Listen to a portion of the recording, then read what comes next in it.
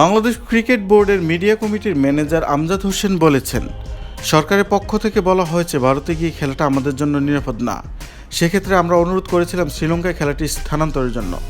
বেশ কয়েক দফা মিটিং করার পরও আইসিসি সেটি সাড়া দেয়নি।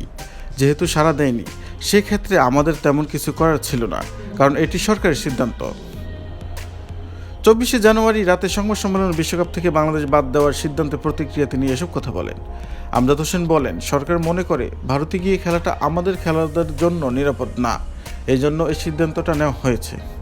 তিনি আরও বলেন, বিসিবি যে কন্ট্রোল কন্ট্রাক্ট থাকে খেলোয়াড়দের সঙ্গে, এটি খুব শীঘ্রই ঘোষণা করে দেওয়া হবে। এবার এটির পরিধি বাড়ানো হয়েছে, এবার 27 জনের মতো এটির আওতায় চলে আসবে।